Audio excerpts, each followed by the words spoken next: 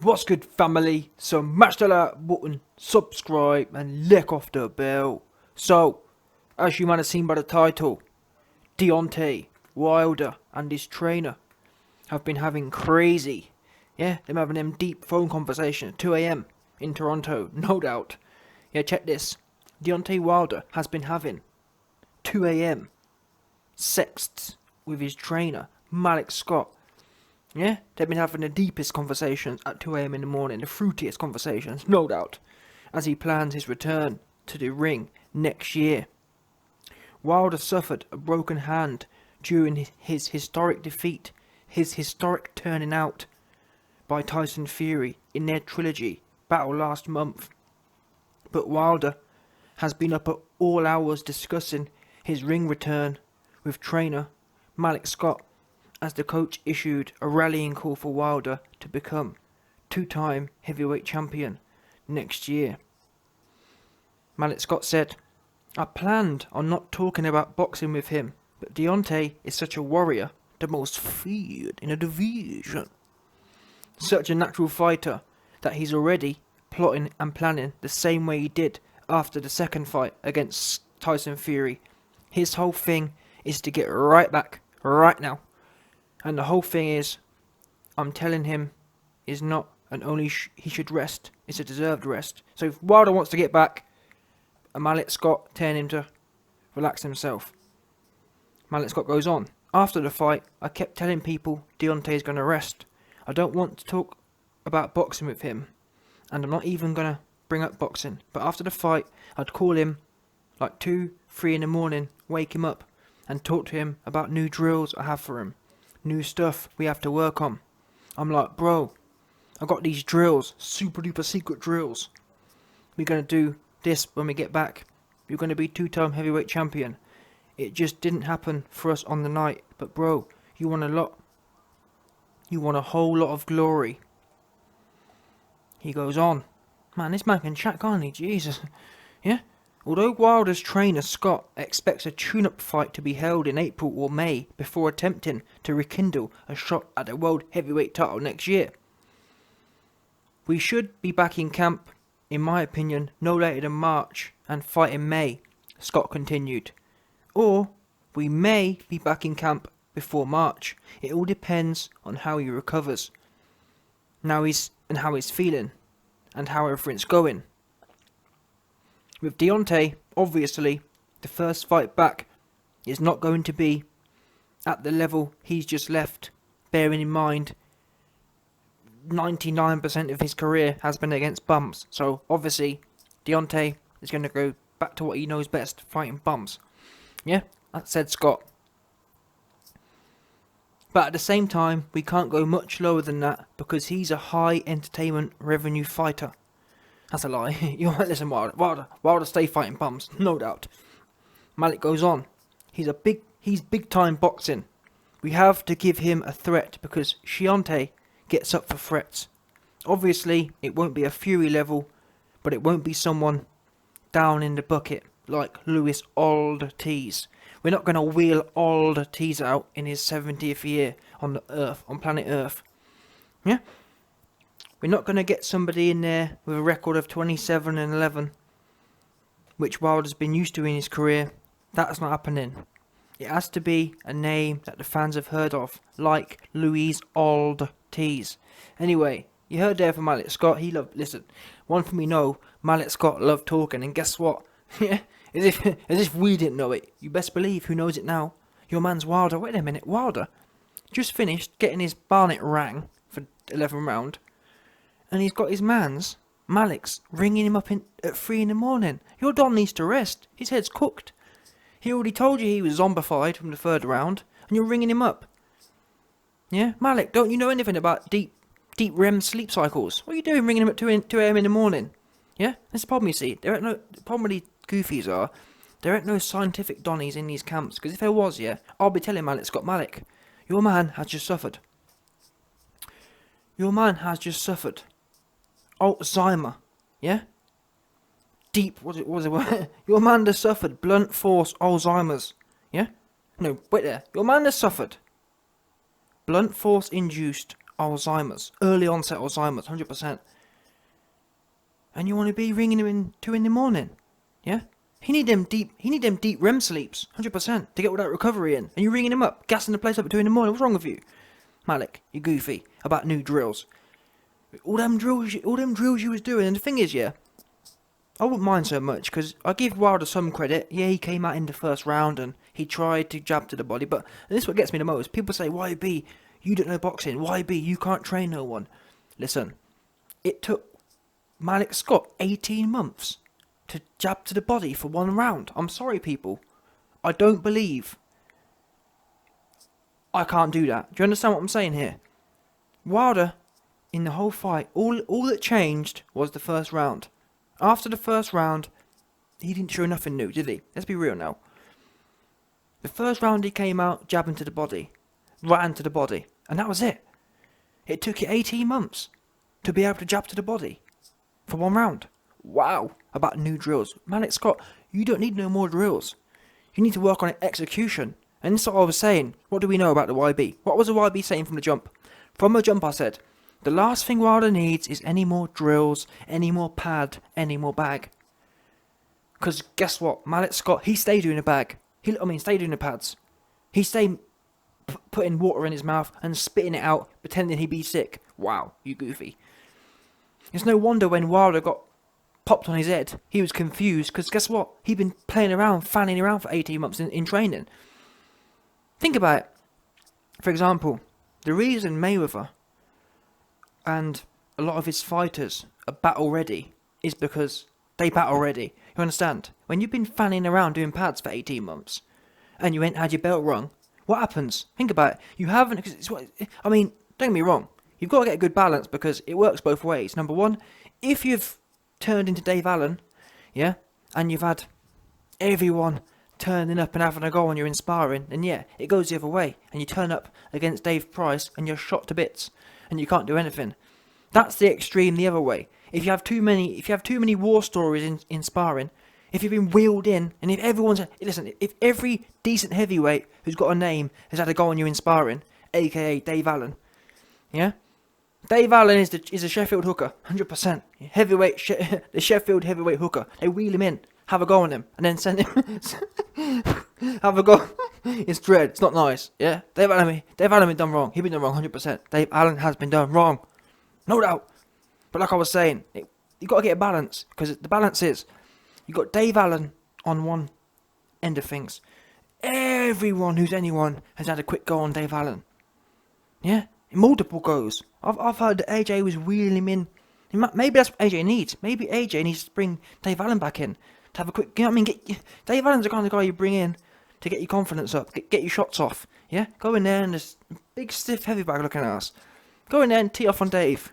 Come on, wheel Rob McCrappen. What you need to do is wheel good old Dave Allen in. Yeah, good old Dave. Get Dave in. Have a quick. Come on, AJ. You can't tell me that you ain't gonna get no confidence having a quick go on Dave. Everyone has to go on Dave, 100%. Now, like I said, that's a spectrum. The other side of things is your man's Deontay Wilder. What do we know? He stayed doing pads, and at best he brought in, who was it? Forgot the guy's name now, but it was the man who was it? Who did he bring in?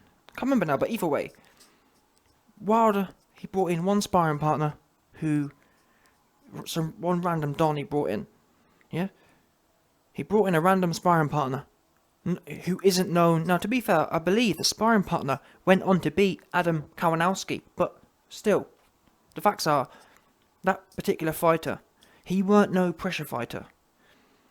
So what happened was, your man's Wilder gets his wig pushed off.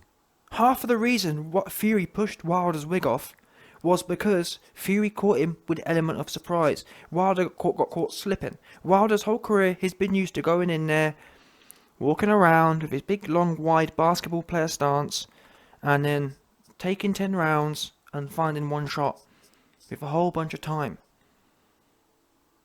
Fury came running over from the other side of the ring, and Wilder was bamboozled. And I think we know this for a fact, because Wilder himself, it's not a coincidence. Wilder himself has been saying, oh, after the second round, I couldn't remember anything. I was confused. I was bamboozled. That's what happens, you see. That's what happens when you haven't done no sparring and you've been bringing in bum sparring partners and or relying way too much on pads. Because then guess what happens? What happens when a man, 18 stone, 19 stone, comes across the other side of the ring and bops you in the mouth, bops you on the side of your head for you? Oh, oops, I haven't been hearing, you know what I mean? Wilder hasn't got he don't know what it feels like. That's why he's confused.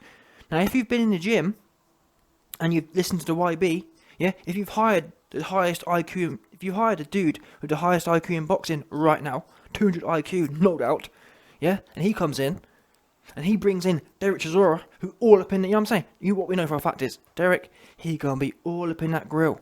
And you best believe, guess what? Wilder, he would be used to being confused by then. Yeah? Because I'd have Derek Chisora in there, I'd have whoever else. I mean, look at Tyson Fury, for example.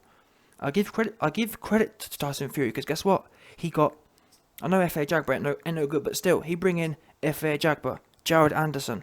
He bring in people, and it's funny, we all laughed at Tyson Fury, myself included, yeah? I said, yep, Fury, listen, Jared Anderson had a quick go on Tyson Fury, no doubt, 100%. But, to Fury's credit, guess what? He didn't run away and hire some random bum like Wilder did, yeah? Tyson Fury didn't run away and start doing pad sessions only, like Wilder did. Instead, he went straight back there and rehired Jared Anderson. And you can tell by, for example, Shane Fury, Tyson Fury's brother even said, yep, Jared Anderson, he up next. He gonna be a heavyweight champion. So you know for a fact that Jared Anderson gave Fury the work. But the point is, Fury went straight back in there and righted the wrongs. That's how you gain confidence. That's how you are ready for war. When you've been in there doing pads and your pad man's been spending more time trying to orchestrate fake power shots. Spewing up water out. It's embarrassing. Yeah? And Malik Scott was rubbing Wilder off the whole camp about things he shouldn't be rubbing him off for. But the YB, the only time I'm rubbing a fighter off is when they do something good. Not this whole weird thing. In boxing, there's a lot of fangirl trainers. They love rubbing off their athletes. Not me. For example, if Deontay Wilder was in there with Derek Chisora, and, you know what I'm saying, he comes through the sparring session, he weathers the storms, and he's getting his shots off, that's when you give praise. For doing something that's going to translate into the fight. Hitting a pad, in my opinion, there ain't no pad session that a trainer should be giving credit for, because none of it's ever going to translate, is it? But far too much today we see pad men giving, oh, it's beautiful work, wow, it's amazing. Have you seen that amazing pad work? What? Pad work is pad work. Everyone can look. I've never seen anyone look bad on the pads. But yet, Malik Scott, #1 trainer allegedly, he stayed giving all the credit. 90% of the work they were doing was on the pads. Embarrassing. So that's why he was confused. And now you got your man's ringing Wilder up. And I think from Malik Scott's point of view, and from what I'm hearing, in fact, you know what? I'm probably gonna have to do a video on this in its own right. But from what I'm hearing that things might not be so good between Malik Scott and Deontay Wilder. I think that's a bit why Malik Scott's ringing him up at 3 a.m, trying to get that assurance kind of thing. Oh, we've got all these magical things to work on. I've seen them once before. Yeah, when a man feels his position maybe being, not undermined, but if a trainer is feeling like his position maybe being brought into question, guess what he's going to do? He's going to turn on the sales pitch. Oh, don't worry, we've got all these new things to sell. I've got all these new things to sell you. Make sure you give me my 10% for the next fight. Do you understand? That's what I feel Malik Scott's doing here. Because, for example, Malik Scott didn't say Wilder rang me at 2 a.m. He rang. And that for me is a bit of a red flag, to be honest. I would have expected Wilder to be the one ringing at 2 a.m, saying, "Coach, what new things have we got to work on then?" The fact it was Malik tells me that Malik's the one who's kind of begging this relationship. And rightfully so, because what's he really proved?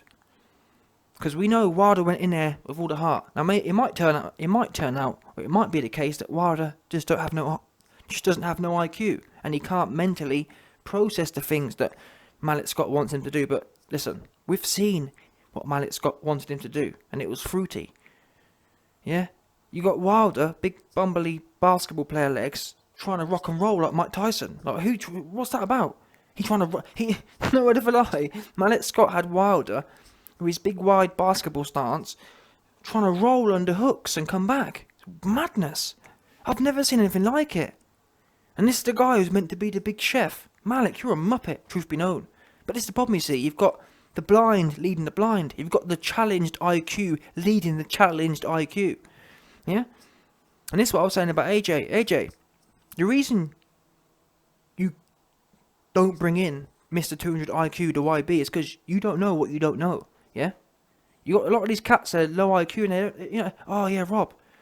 And this is the problem, I hate to break it to you, man. If you think Rob is the gaffer, you're low IQ. That's it. I'm sorry. There's no more about it. That there says all we need to know. You're low IQ. Simple as that. Oops. Yeah? If you think Rob is the... And it's not... I'm not being funny. It's no surprise that AJ is getting gassed off of Fernando Alonso and Jobber Clayton. Because think about it. If you think Rob's the gaffer, imagine what happens when Jobber Clayton turns up and tells you some new things about the 70s. Wow. Think about it. If you imagine putting Rob McCracken on a pedestal, that means that if Rob's on a pedestal and Rob knows nothing and Rob's the most boring dude, what happens when a dude turns up who's a little less boring, who's a little less useless? You're going to think, wow, and that's why I believe AJ went to Ronnie Shields and said, oh, Ronnie Shields, I'm going to have to bring Fernando Alonso with me because, trust me, he'd work, he'd business. But me, the YB, yeah, I deal in facts, I deal in results. Bottom line, and guess what? AJ's results sucked. Wilder's results sucked. Yeah? And to be honest, I don't see none of these trainers taking their responsibility. Especially Malik Scott having had 18 months of pure dedication. That for me is enough time. To be honest. And even then, people say things, or even I've said, oh well, maybe Wilder's got challenged IQ. But really, yeah, listen. You can get... I've seen these dog trainers get their dogs to do crazy tricks, so don't tell me that. Yeah? I've seen them get dogs to do a whole madness. I've seen them security dogs. They'll do all kind of madness on command.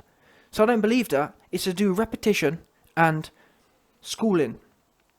Bottom line. And guess what? Malik Scott don't know what he's doing. I mean, look at his own career. Useless. Yeah? But anyway... Malik Scott, he begging for his job.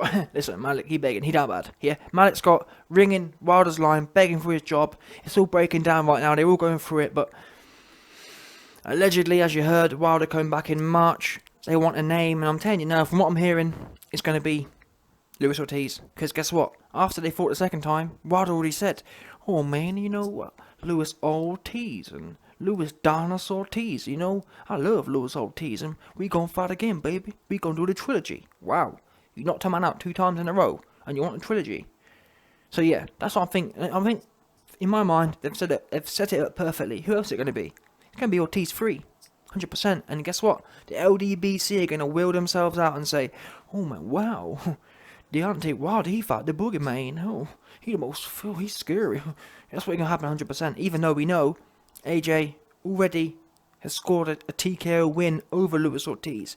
Because when AJ sent the contract and Ortiz ducked the contract, that's what you call a TKO victory on AJ's resume. Bottom line.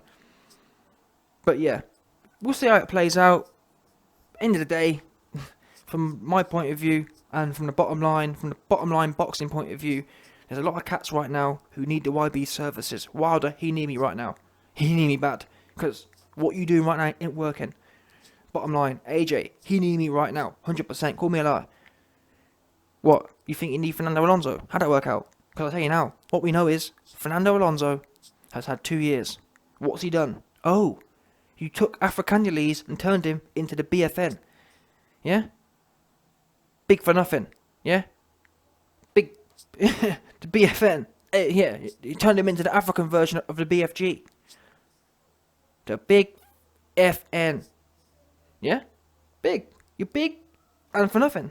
BFN. No doubt. That's what your man Fernando Alonso did. Who else we got? We got Wilder, Malik Scott. You took Wilder and what? Wow. He got his wig pushed off by Fury. And he showed no real skills for the whole way through the fight. I'm afraid to say, but that's the situation heavyweight boxing finds itself in. There's no one who knows the game, or there's no one who has no IQ. That's the bottom line. Hate to break it to you. Call me a liar.